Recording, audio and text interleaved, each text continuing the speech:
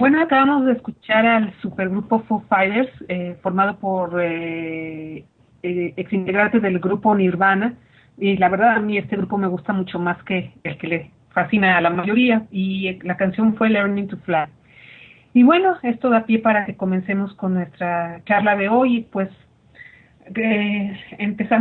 comenzamos con el tema, o más bien es el tema que vamos a tocar hoy, es con el que amanecimos hoy en la mañana, que con la noticia de que el señor Juan Carlos, de ahí de España, el que llaman rey, abdicó a favor de su hijo Felipe. Y pues bueno, lo interesante son también, aparte de esto, son las protestas para que ya no haya monarquía en España. Fueron protestas multitudinarias, convocadas en un momento después del anuncio de esta aplicación. Y pues bueno, eso llamó la atención. Fueron muchísimas personas y es interesante que analicemos este fenómeno porque tiene muchas aristas, muchas cuestiones que vale la pena apuntar, ¿no, Raúl? ¿Cómo ves este tema? Pues en efecto es un tema que genera muchas ámpulas, evidentemente, en la vida política de España, sobre todo en los sectores conservadores, pero otro también genera una gran cantidad de expectativas y de formas distintas, inéditas de revalorar esta gran trayectoria que tiene ya casi, bueno, poco menos de 200 años, pero también ya bastante acendrada del republicanismo en España, ¿no? De la izquierda republicana, en dado caso, quienes quieran identificarlo de esta manera, que también puede ser visto así. Pues sí, Sí, es interesante porque bueno, estaban en Twitter pasando las fotos de las protestas. Llama la atención que muchos mexicanos pidiendo a los españoles que no faltaran, que tuvieran que estar ahí, y muy emocionados para los tuiteros mexicanos de izquierda. Tuiteros mexicanos de izquierda que ahí sí están muy felices, muy emocionados, pero dicen que las protestas aquí en México ya no sirven para nada. Bueno, allá sí y aquí no. Y al contrario, vemos que fue bonito ver todas esas protestas tan grandes y convocadas de un momento a otro, porque yo sí considero que siguen siendo muy importantes estas manifestaciones. Cuando empecé a tuitear esto, un español las vio y dijo, esto ya me lo sé, protestan y a la mera hora, en el momento en que deben ir a votar, votan por los de la derecha igual, entonces en la realidad son unos cobardes. Llama la atención también porque es cierto. Entonces, por un lado, es necesario encontrar nuevos rumbos, Raúl, o bueno, entender que las protestas sirven, pero entender también que van de la mano con no votar por los mismos que van a mantener esta situación. Pero también está el otro caso, la otra cuestión. Sí, se va la monarquía, pero el sistema sigue, el sistema continúa, el sistema económico, el que tiene todo esto es igual, y le puede decir, los anacrónicos españoles que siguen aguantando la monarquía. Sí, y nosotros que aguantar este gobierno que también nos tiene como nos tiene. Entonces, hay que inventar nuevas formas, o darse cuenta que son necesarias las protestas, pero también van de la mano con la votación. Pero si no hay opciones, porque parece que muchos nos dan la idea de que son iguales, entonces, ¿qué pasa? Levanta muchas preguntas esto. Y otra más, estaba leyendo ayer una reseña de un libro que hizo un alemán, porque trató de investigar todo esto del nazismo. Ya sé que ha habido muchos trabajos al respecto, pero lo que él quería saber era, en verdad nadie sabía en Alemania lo que estaba pasando con Hitler, no tenían ni idea, y empezó a buscar archivos fotográficos, y veía cómo Hitler iba caminando, no caminando, iba paseando, o en barcos, yates en su yate o en su barco oficial, y pasaba por yates privados de gente y los otros felices diciéndole Heil Hitler a todo, y con una sonrisa y una felicidad. Y también lo vemos no solo allá en España, también en todo, aquí en México emocionadísimos comprando la revista Sola para ver cómo viven los reyes, la vida de los reyes, ahorita muy importante que Leticia sea la primera reina de la clase media y cómo nos van a bombardear con toda esta cuestión, pero a la gente le encanta. Recuerdo que vino una vez el príncipe Felipe y fue al Instituto de Investigaciones Jurídicas y por lo que supe, todos investigadores de ahí, ya sé que la disciplina de derecho es bastante conservadora, pero había ahí investigadores que supuestamente estaban a la vanguardia, que iban por otro camino, que daban investigaciones, estaban haciendo investigaciones muy progresistas y emocionadísimos de que iban a ver al príncipe Felipe, se emocionaban, estaban bueno, nerviosísimos y ya no sabían qué hacer. Entonces, se despiertan muchas cuestiones y darnos cuenta de que, pues sí, la monarquía a lo mejor se puede ir y eso, y la pueden abolir, pero no creo ni con estas protestas, pero aunque sí fuera, sigue estando ese sistema económico que nos sigue lastimando allá, acá, en España, bueno, España con todas las consecuencias tan terribles que ha tenido, y también aquí en México y en la mayor parte del mundo, Raúl. Sí, ahora también habría que revisar en su contexto lo que ha significado primero a nivel mundial, ¿no? El proceso de las monarquías y bueno, particularmente en España, que tienen un indudable arraigo religioso. Es decir, las monarquías se deben fundamentalmente a la idea de que una persona está de alguna manera vinculada a la divinidad y esto es lo que le confiere o le otorga la posibilidad de concentrar el poder de manera absoluta en el caso de una monarquía clásica. Evidentemente ahora en España no se trata de este tipo de monarquía, pero digamos la ascendencia que tienen las monarquías, pues indudablemente es solo esta, ¿no? Es decir, hay otro tipo de esquemas monárquicos que no corresponden necesariamente a este vínculo con la divinidad, pero en el caso de España está estrechamente vinculado a la religión cristiana católica y eso es indudable. Entonces, el sesgo que marca, digamos, el origen de este tipo de relación entre la cultura española y todos estos aspectos de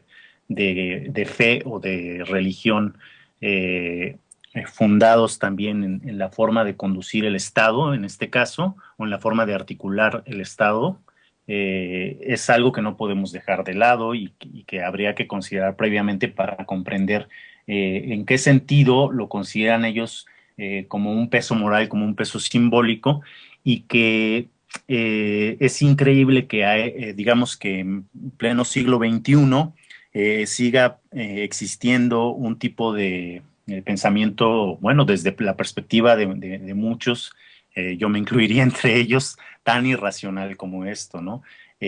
Tratar de fundar el basamento moral o estructural de un Estado, aunque fuera a nivel simbólico, en una estructura que tiene esta ascendencia o esta impronta de corte religioso, en verdad me parece absurdo y máxime cuando no solamente la aspiración pues de la humanidad ha sido hacia la democracia como forma de gobierno, en donde después de la Revolución Francesa y de otros procesos históricos muy arduos, difíciles y de revoluciones en todo el mundo, pues la conclusión ha sido que los seres humanos somos iguales los unos a los otros y que no existe la posibilidad de concebir que haya alguien que esté por encima de los demás y mucho menos pues por algún designio de corte divino o de naturaleza divina. Entonces, tiene una toque de absurdo el hecho de que puedan heredar, digamos, las coronas, cuando se sobreentiende que este tipo de herencias tienen esa característica. Es algo sumamente triste y bueno, desde luego que también tiene otro tipo de connotaciones.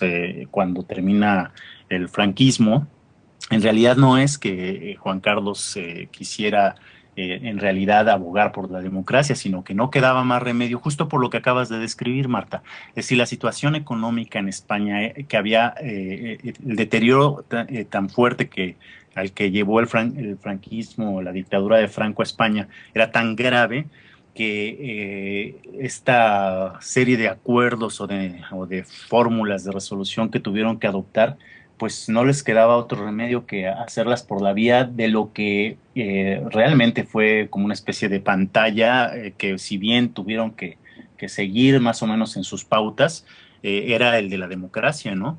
Y digo una especie de pantalla porque Así es. argumentaban el centro, pero Y nunca bueno, dejaron de ser conservadores. Sí, sí, perdóname, Marta. exacto. No, está bien. Lo que pasa es que nuestro colaborador, nuestro experto en economía, dice que quiere participar con nosotros en nuestra charla, porque además también, pues bueno, hizo alusión a un tema, a otro tema que también es muy importante que sucedió en estos días y culminó hoy con la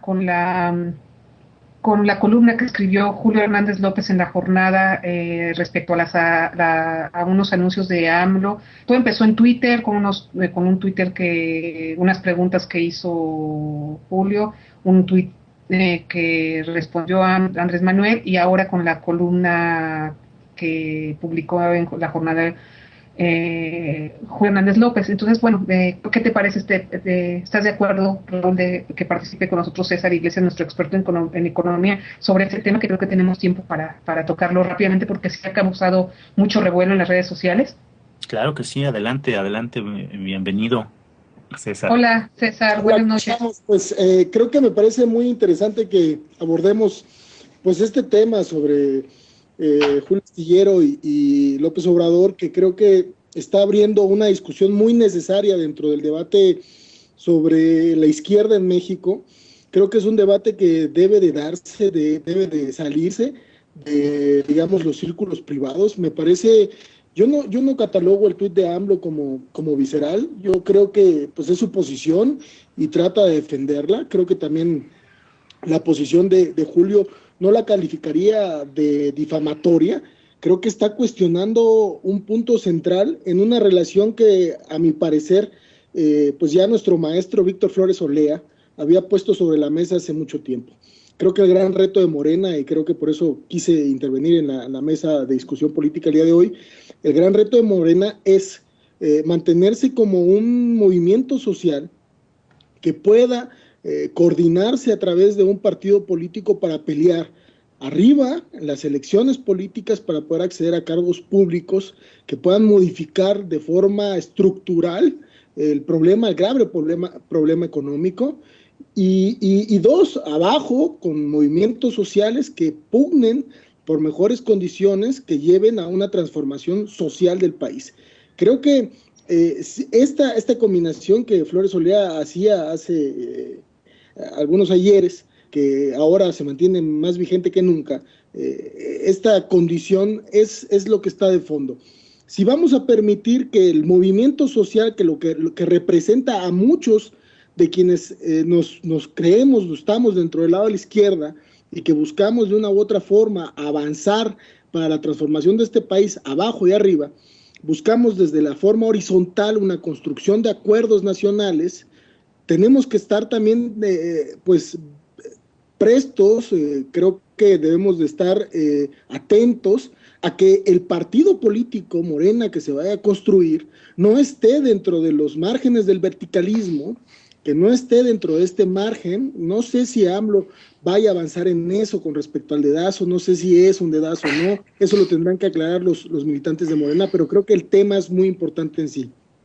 El tema creo que debe de ser la construcción de consensos a base de este proceso horizontal para evitar que las estructuras puedan agarrar y absorber al movimiento social como pasó en el PRD. César, yo estoy de acuerdo contigo en que es un buen punto, que es un buen momento además para tratar estos temas, para que estar vigilantes, la sociedad tiene que estar vigilante, y fue una pregunta importante la de Julio. Sin embargo, creo que también tuvo sus excesos.